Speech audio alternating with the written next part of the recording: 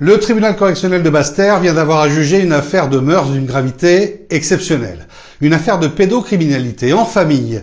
Un couple installé à Terre-de-Haut, dans l'archipel des Saintes, a été reconnu coupable d'actes particulièrement sordides sur plusieurs mineurs de moins de 15 ans, commis sur une période de 2 ans, entre 2022 et 2024. Après près de 10 heures d'audience à huis clos et de délibéré, le tribunal a rendu son jugement, suivant sans réserve les réquisitions du parquet. 4 ans d'emprisonnement ferme pour chacun des 2 prévenus. Déjà incarcérée, la femme de 36 ans a été reconnue coupable d'agression sexuelle incestueuse, d'exhibition sexuelle, de corruption de mineurs et de diffusion d'images à caractère pédopornographique commises sur les enfants âgés de 3 à 12 ans. Elle était leur tante. Elle était maintenue en détention. Son compagnon illégitime, âgé de 45 ans, a été reconnu coupable de complicité des mêmes faits. Il a quant à lui été immédiatement placé en détention après la délivrance d'un mandat de dépôt. Les faits, d'une rare ignominie, se sont déroulés au cœur de la petite commune insulaire, dans un contexte de proximité glaçant. À travers cette affaire, c'est tout un pan invisible de violences sexuelles intrafamiliales et d'abus commis dans l'intimité du cercle familial qui a été mis en lumière, suscitant l'effroi jusque dans les travées du tribunal. La longueur des débats étant justifiée par ces abominables faits, selon l'un des avocats de la partie civile. Oui, parce que ce sont des faits d'une particulière gravité qui concernaient 2 personnes qui ont été condamnées hier.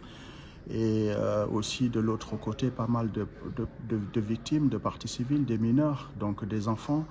Et c'est pour cela effectivement que ça a été très très long parce que tout a été bien exploré, des personnalités des uns et des autres des 2 côtés de la barre.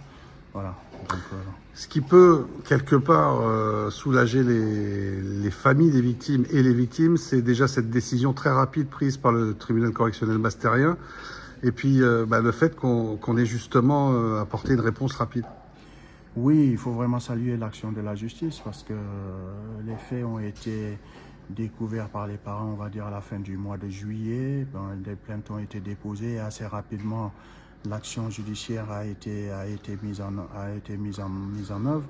Et très très rapidement, on va dire, même si du côté des victimes, je vous garantis que c'était très difficile, même si c'est en 3 mois, c'est 3 mois de souffrance pour les parents et pour les enfants. Mais ça a été assez rapide et heureusement que justice a été rendue hier. Et vous avez souligné, vous, le fait, du côté justement de ces victimes, qu'il était bon de ne pas régler ce genre d'affaires de mœurs très grave, de pédocriminalité, parce qu'il faut appeler un chat, que ça concerne des enfants de moins de 15 ans, et il fallait pas les régler en famille, il fallait les régler devant la justice. Non mais moi, je ne peux pas imaginer une seule seconde que de tels faits puissent être réglés en famille.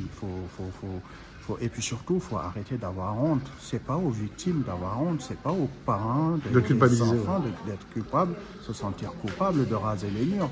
Non, ce sont des faits pour lesquels nous n'avons absolument pas à avoir honte. Ce sont des faits pour lesquels il faut aller déposer plainte. Ça ne se règle pas en famille, ça ne se règle pas dans les mosquées ni dans les églises. Il faut aller déposer plainte parce que ça, par contre, nous le devons à nos enfants. Il faut absolument déposer plainte pour que justice soit rendue. Il faut quand même bien expliquer au public que ça a été jugé par le tribunal correctionnel parce que les faits étaient surtout qualifiés d'agression sexuelle. Il y avait d'autres faits connexes comme la diffusion d'images à caractère pornographique des enfants en question, des victimes. Il y avait aussi d'autres faits. La femme a été directement condamnée pour ces faits. L'homme pour des faits de complicité, mais il écope de la même peine de 4 ans. Oui, mais parce que en matière pénale, qu'on soit complice ou qu'on soit auteur principal, en réalité, on risque la même peine. On ne fait pas de distinction forcément entre celui qui est ou celle qui est l'auteur principal et l'autre personne qui est complice. Donc, ce sont des faits d'une même gravité. De toutes les façons, rien n'aurait pu être fait sans un des 2. Donc, il risquait la même peine. Et la justice hier, le tribunal correctionnel a à juste titre considéré que tous les 2 méritaient d'avoir la même peine. Et c'est en ce sens-là que le tribunal a tranché. Du côté des parties civiles, vous étiez autant que de victimes. Vous avez surtout aussi souligné un fait, c'est qu'il fallait non seulement effectivement les condamner, mais qu'ils avaient agi justement tous les 2 au même niveau. Ah mais nous ne faisions absolument pas de distinction entre l'une et l'autre. De toutes les façons, les faits ont été commis en réunion, c'est par les deux. Donc pour nous, c'est exactement la même chose, que ce soit pour la première ou que ce soit pour la compagne ou pour le compagnon. Pour nous, c'est exactement la même chose. Et puis surtout, vous savez, ce sont des personnes, ça se passe au Saintes, ça se passe à Terre de Haut, où tout le monde se connaît. Quand on n'est pas famille de sang, on est famille du même village, on a grandi ensemble.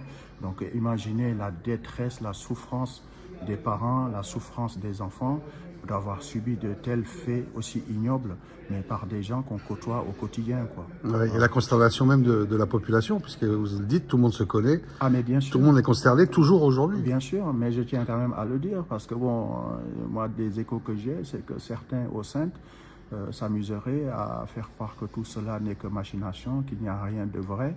Croyez-moi que nous avons mieux à faire que de perdre du temps sur des ragots. Nous ne sommes absolument pas sur des ragots. Nous sommes sur des choses très graves, des faits très graves qui ont été commis et qui ont été reconnus, il faut le dire, par les deux qui étaient poursuivis. Donc il faut arrêter de faire croire ou de raconter, excusez-moi du terme, n'importe quoi. Non, ce sont des faits graves et ce sont des faits qui se sont bel et bien passés. Oui, des faits reconnus par les prévenus, certes, mais ils n'ont eu aucun remords par rapport à leurs victimes, d'après ce qu'on a vu.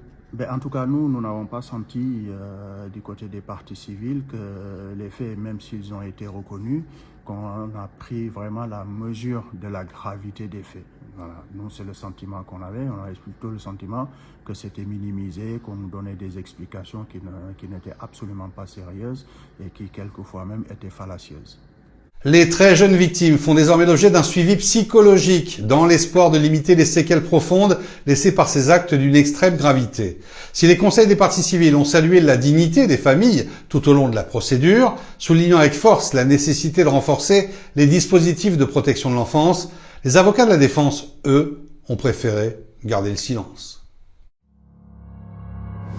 Judiciairement parlant, c'est l'analyse des enjeux judiciaires décryptée par Richard Garnier. Décision importante, dossier en lumière. Il vous partage les affaires à la une et les interviews d'experts du monde judiciaire. Entre révélations, analyses et témoignages, avec lui, la justice n'aura plus aucun secret pour vous. Toute l'actualité judiciaire vous est offerte en exclusivité. Alors, restez attentifs pour ne rien rater. Judiciairement parlant, avec Richard Garnier, c'est tous les jours sur MyTV Caraïbes. Ici, on vous